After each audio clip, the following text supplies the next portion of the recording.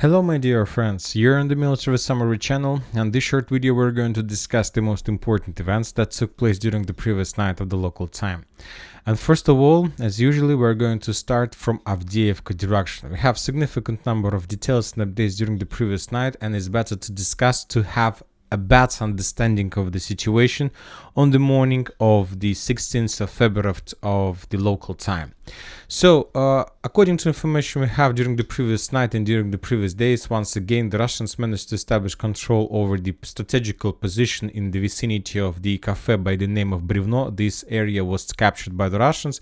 We saw the video with the flag, with the Russian flag in this area. Later, a few hours later, we got additional updates about the Russian progress and establishing control over the former air defense base with the Russian flag. After that, we received unconfirmed updates about the Russian progress in the filtration station. So, and now let's try to understand what is happening right now and whether all these updates are correct or not. When talking about positions of Brivno, this information was confirmed, so there's no doubts about this. Furthermore, additional mappers and additional reports are saying that the Russians, as a result of offensive operation, managed to improve their positions further to the north in direction of the chemical plant, and as a result of clashes, the Russians established control over a few additional buildings in this area, and the most important, the Russians established control over fire station. So this is the fire station, this is it. So as we can see, this is a very huge progress of the Russians, and if we take a look at the map, we understand the configuration and of this progress. The Russians, as you can see, managed to establish control along the railways. So there is like a big railways, this one, and the Russians tried to establish control over every single building that located, let's say, on the bottom of these railways. So this is like logical progress of the Russians. There is no questions about this. The Ukrainians tried to establish their defense belt along the railways, and probably they will be able to do this, and they will be able to win additional time with this. Another reporters are saying about additional Russian progress to the south along the tree lines in direction of the 9th quarter and in direction of the main supply road that goes from 9th quarter to Severne. And including deep state map and different mappers, the Russians managed to do this. And currently this is, let's say, the progress of the Russians as a result of that offensive operation. So for now, we still haven't received any geolocated confirmation of this progress, but I believe that for better understanding of the situation, we need to add this progress on map to understand what is happening right now. Also, additional sources reported that the Russians launched their offensive operation in direction of Lastochkina. If you remember, yesterday we were just talking about that situation. So according to some sources, unconfirmed sources, there were clashes on the outskirts of this village. We have adjusted the map not just about the territory control, but also about the deployment of brigade. And according to information from the open source, the 3rd Assault Brigade currently have their positions in the vicinity of this village by the name of Lastochkina. The Ukrainians try to fight for this territory as much, let's say they will try to fight, because currently this is, let's say, the logistic evacuation hub, and if Ukrainians lose this hub, the Ukrainians outside of Avdiivka will lose complete possibilities for evacuation, and I'm not saying even about rotation. Now we are moving to the southern part, to the former air defense base. There are no doubts that the Russians established control over this territory. We have lots of reports and updates from different sources, but there are a few important things that we need to note. First of all, after the fall of a former defense base, there was an article published by the soldier of 110th Separate Mechanized Brigade of Ukrainian Forces that served in this former air defense base, let's say till 15th of February or something like this, and he described in details the situation in that area. He described what did happen there, how the Ukrainians tried to evacuate, and many other things. So according to him, the Ukrainians starting of probably 10th or 12th of February made significant number of attempts to evacuate from this territory, and they made lots of attempts. They were trying to evacuate through fields, fields. The Ukrainians were trying to evacuate through the Cheburashka defense belt, through the village, then once again to fields and in the direction of the 9th quarter. But according to the author of that article, most of the groups were destroyed. And basically, when the next group started their movements, they, let's say, corrected their path based on the bodies and failed attempts of the previous groups.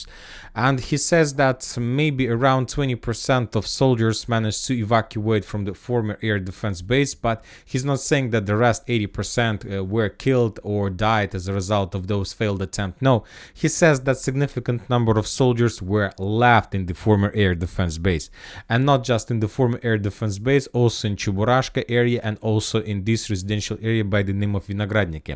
And this is the reason I haven't colored the entire Vinogradniki like most of the mappers did, including pro-Ukrainian, pro-Russian sources. Most of the mappers have colored this territory under the color of Russian control. And of course, I don't have any question about this, because the Ukrainians colored, the pro-Ukrainian sources colored this territory as the territory of Russian control, because they don't want to show that there are still a lot of soldiers who are currently encircled and they don't have any chances for evacuation. So the Ukrainians just don't want to show the picture that there are still Ukrainians who were abandoned and left in those cauldrons. So that's why they colored and took a decision to move further and to move the media focus from this area to, let's say, 9th quarter or supply roads. So this is the problems. I'm not saying about thousands of Ukrainians, but very likely that few hundreds of Ukrainian soldiers are still in this area, in Vinogradniki, in the Cheburashka, and maybe, I'm not saying about the former air defense base because there was Russian flags. So very likely just in the area of Vinogradniki and Cheburashka,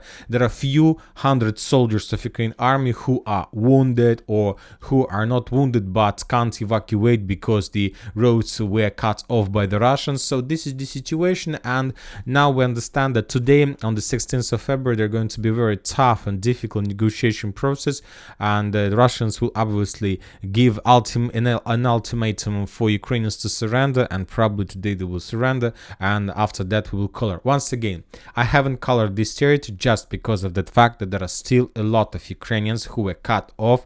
Probably they have some round defense, something like this, and now there is a negotiation process and the Russians try to force them to surrender or something like this. So this is the situation in this area. Also, yesterday in the evening we started receiving updates about the fact that the Russians established control over the filtration station. At least we got this report from Rybar, right? But later, probably he was too fast with that report, because later we received a lot of updates about the fact that the Russians and Syria confirmed this information, but later we got updates that Ukrainians left filtration station, that they moved in direction of the central part of Avdiivka, they started abandoning withdrawing process, and that the Russians currently this morning, the Russians just started the clearing operation. So the Russians are moving behind the Ukrainians, but there were no like clashes, encirclement. The Ukrainians basically left this territory. Now the Russians need to clear this area, to demine this area,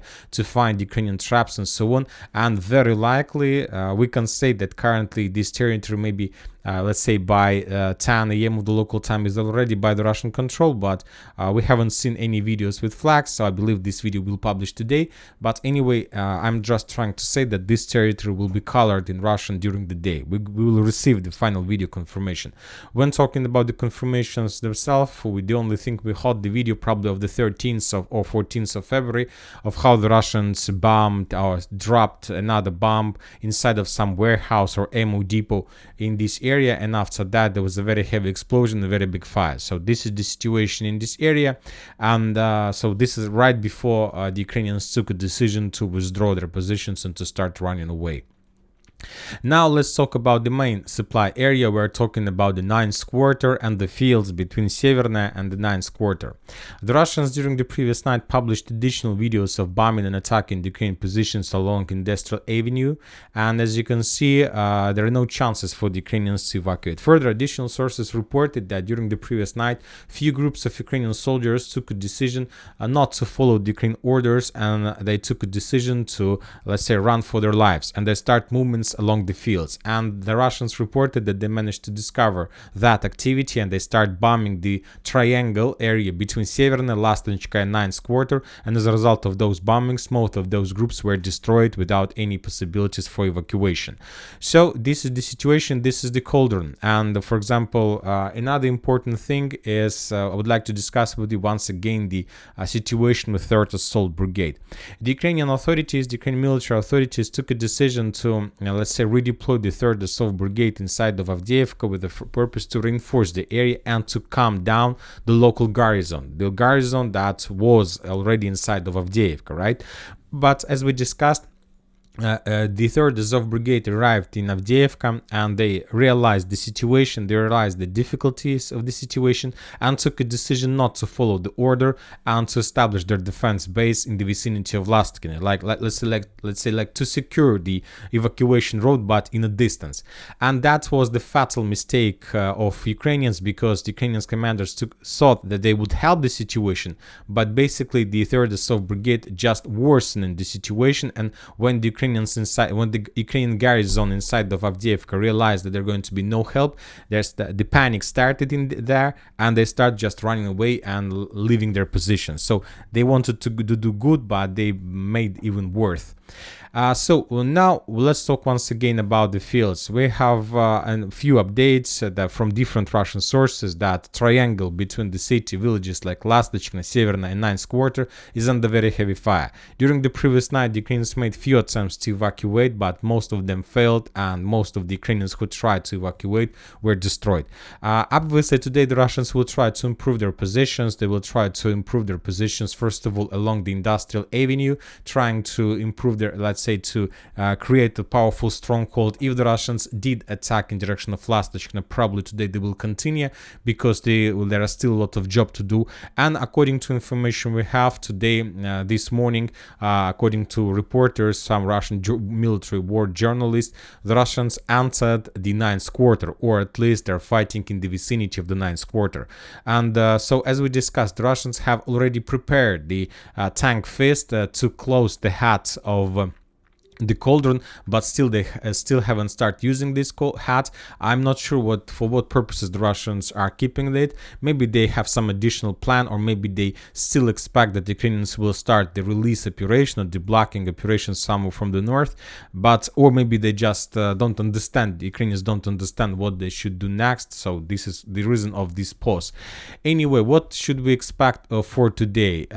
For today we should expect additional progress of the Russians. Of course, filtration station, the southern part, and probably the entrance of the 9th quarter. When talking about the northern flank, obviously the Russians will improve their positions along these black railways to establish control over every single building and so on.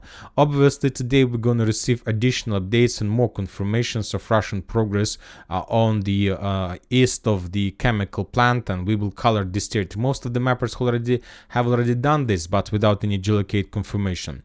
I'm not sure that the Russians are planning to continue movements in the central part, but who knows? Maybe the Russians will do this because the Ukrainians will just abandon their positions and to move as close as possible to the industrial avenue. And once again, we don't know what the Russians are planning to use and to do with the tank fist that they have already prepared on the line between Vodyane,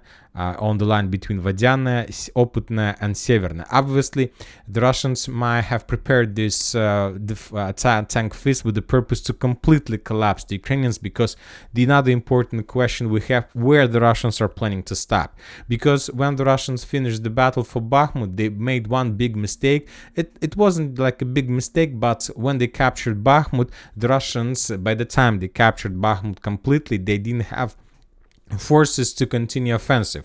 The Ukrainians were weak after the end of battle for Bakhmut, but the Russians were weak either. And after the end of the battle, they didn't have enough forces to continue movements further, let's say to Chasov Yar. And now, according to my understanding of the situation, the Russians have significant number of forces to continue and proceed offensive operation and to stop after the battle of Avdiivka, not on the line of Lastnochkina, Severna, Orlenka, but probably much further further somewhere on the line, let's say Progress, Kamyshivka, maybe, and Kurakhova. So somewhere along this line, and very likely that currently the Russians try to think and create a plan how to force the Ukrainians not just to leave Avdiivka, but on the Ukrainian shoulders to move further to the west in direction of this yellow line. And of course, for these purposes, it's not just about Avdiivka chemical plant, it's also the situation in Pervomaiska. And today we got additional report that as a result of offensive operation, the Russians managed to establish control over additional streets in this area, yet without any geolocated video confirmations of that. Furthermore, we always remember and keeping in our minds the situation in Novomikhailivka, and during the previous 48 hours we haven't received anything about any progress of the Russians. And of course, we are keeping in our mind the situation in Robotyne, where according also to the Russians, they concentrated significant number of forces, but yet the Russians haven't involved those forces in combat. When talking about Bakhmut Artyomov's direction, once again, just few geolocations, fewer updates. One source has reported about, confirmed our report about the additional progress to the south in direction of the village itself.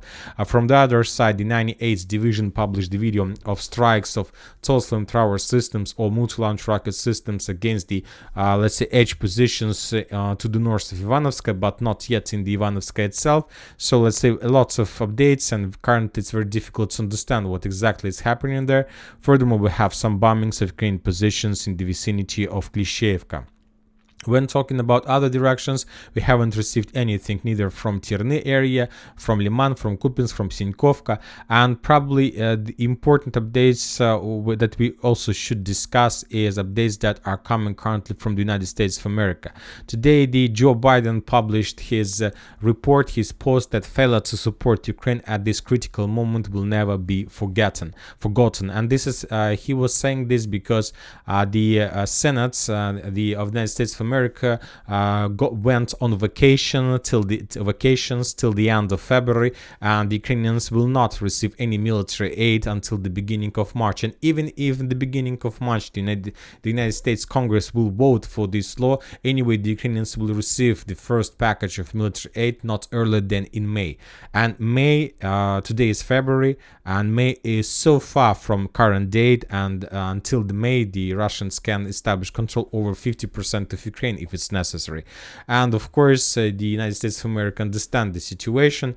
And for example, today Kirby reported that the situation with Avdiivka is critical, but now the Congress and the Democrats tried to force the Senate to vote for law not just about the situation in Ukraine, also about the satellites things. I suppose you heard about the situation with the satellites, and according to the Western source, according to the United States of America, the Russians tried to deploy nuclear weapons somewhere in the space with the purpose, if necessary, to destroy the satellites above Russia, very likely, or maybe above the entire Earth. So the situation is continuing escalating, and obviously today we're going to receive significant number of very interesting updates. And that's it for the short video. Military Summary channel reminds you, you condemn any violence in the world. Thank you for watching. Subscribe to my channel, put your likes to my Patreon, and have a good day. Bye bye.